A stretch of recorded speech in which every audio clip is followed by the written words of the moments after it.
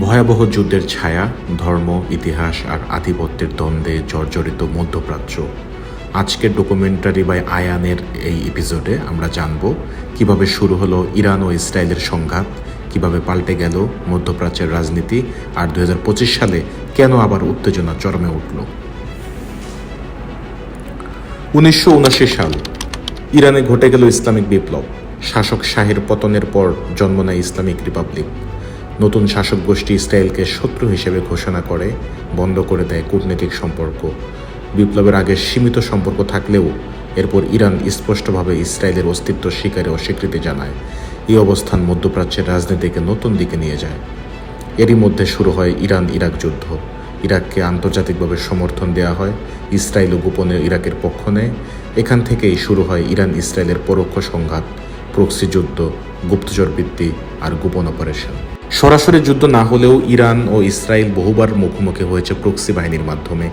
লেবাননের হিজবুল্লাহ, ফিলিস্তিনের হামাস এদের সমর্থন দিয়ে ইরান ইসরায়েলের বিরুদ্ধে চাপ বাড়িয়ে দেয়। অন্যদিকে ইসরায়েল ইরানের পারমাণবিক কর্মসূচি ও সামরিক সক্ষমতা ধ্বংসে গোপন অপারেশন, সাইবার হামলা ইত্যাদি চালিয়ে যায়। 2000 সালের পর থেকে এই সংঘাত আরও জটিল হয়ে ওঠে। টার্গেটেড হত্যাকাণ্ড, সাইবার যুদ্ধ এবং সামরিক স্থাপনার উপর গোপন হামলা নিত্যনৈমিত্তিক ঘটনা হয়ে দাঁড়ায়। ইরান ইসরায়েল দ্বন্দ্ব ছড়িয়ে পড়ে সিরিয়া, লেবানন, গাজা, পুরো মধ্যপ্রাচ্যে। 2025 সালের জুন মাস, মধ্যপ্রাচ্যের বাতাসে আবারও যুদ্ধের গন্ধ। ইরানের পারমাণবিক কর্মসূচি দ্রুত এগিয়ে চলেছে। ইসরায়েলের কাছে এটি অস্তিত্বের হুমকি। 13 জুন ভোরে ইসরায়েল শুরু করে অপারেশন রাইজিং লায়ন। ইরানের পারমাণবিক স্থাপনা, সামরিক ঘাঁটি ও শীর্ষ কর্মকর্তাদের বাসভবনে ব্যাপক হামলা চালায়। তেহরান, নাতাঞ্জ ও ইস্পাহান প্রত্যেকটি শহর বিস্ফোরণে কেঁপে ওঠে। পাল্টা প্রতিক্রিয়ায় ইরান 80টিরও বেশি ক্ষেপণাস্ত্র নিক্ষেপ করে ইসরায়েলের তেল শোধনাগার ও গুরুত্বপূর্ণ স্থাপনায়। ইয়েমেনের হুতি বিদ্রোহী, লেবাননের হিজবুল্লাহ সবাই যুক্ত হয় এই সংঘাতে। ইসরায়েলি হামলায় ইরানের পারমাণবিক কর্মসূচির কিছু অংশ ক্ষতিগ্রস্ত হলেও বেশিরভাগই অক্ষত থাকে। ইরান দ্রুত পাল্টা হামলা চালায়, জেরুজালেম, তেল আবিবে ক্ষেপণাস্ত্র আঘাত হানে। বহু বেসামরিক নাগরিক নিহত ও আহত হন। বিশেষজ্ঞরা বলছেন এই সংঘাত শুধু ইরান ইসরায়েলের মধ্যে সীমাবদ্ধ নয়, এটি গোটা মধ্যপ্রাচ্যের স্থিতিশীলতার জন্য বড় হুমকি। পারমাণবিক অস্ত্রের আশঙ্কা, ধর্মীয় ও রাজনৈতিক বিরোধ এবং প্রক্সি যুদ্ধ পরিস্থিতিকে আরও জটিল করে তুলেছে। যুক্তরাষ্ট্রসহ আন্তর্জাতিক মহল কূটনৈতিকভাবে উত্তেজনা কমানোর চেষ্টা করছে, কিন্তু সরাসরি যুদ্ধের ঝুঁকি এখনও রয়ে গেছে। ইরান ইসরায়েল সংঘাতের ইতিহাস বহুস্তরীয়, জটিল এবং চলমান।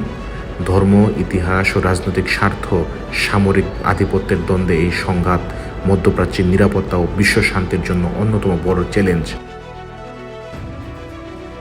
এই যুদ্ধের ফলে অঞ্চলটিতে কী ধরনের নতুন পরিবর্তন আসতে পারে?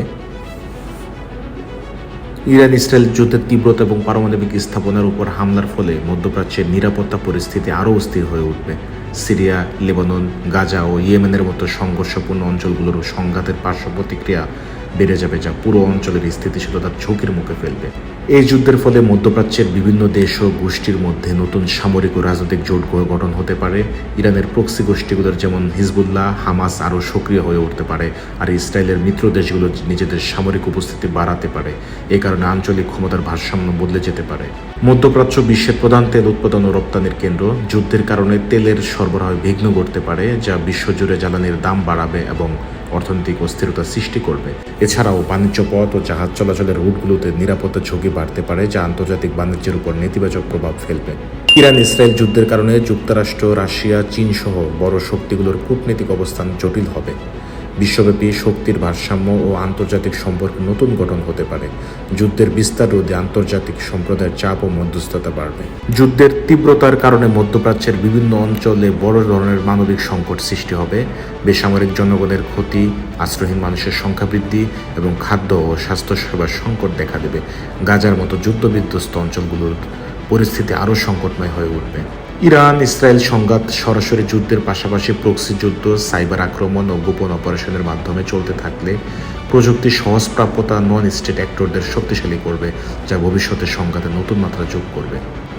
সালের জুনে ইরান ইসরায়েলের যুদ্ধ মধ্যপ্রাচ্যের নিরাপত্তা, অর্থনীতি, রাজনৈতিক জোট এবং মানবিক পরিস্থিতিতে ব্যাপক ও দীর্ঘমেয়াদী পরিবর্তন আসতে পারে।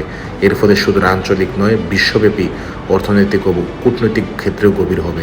এসব পরিবর্তন মোকাবেলায় আন্তর্জাতিক সম্প্রদায়ের সক্রিয় মধ্যস্থতা ও শান্তই প্রক্রিয়া জরুরি হয়ে উঠবে।